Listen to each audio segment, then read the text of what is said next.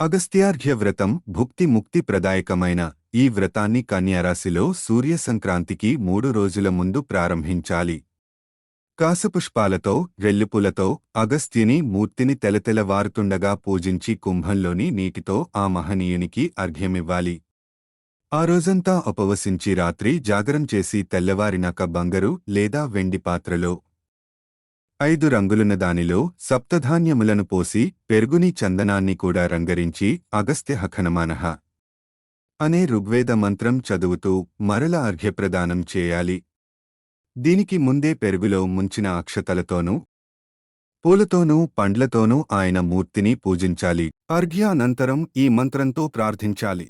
కాసపుష్ప ప్రతీకాస అగ్ని మారుత సంభవ మిత్రావరణయోః పుత్ర కుంభయోనే నమోస్తుతే.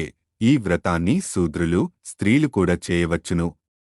పూజానంతరం ఒక కుండలో బంగారాన్ని వేరే దక్షిణని పెట్టి బ్రాహ్మణునకు దానమివ్వాలి. వేరే 7 బ్రాహ్మణులకు భోజనం పెట్టాలి.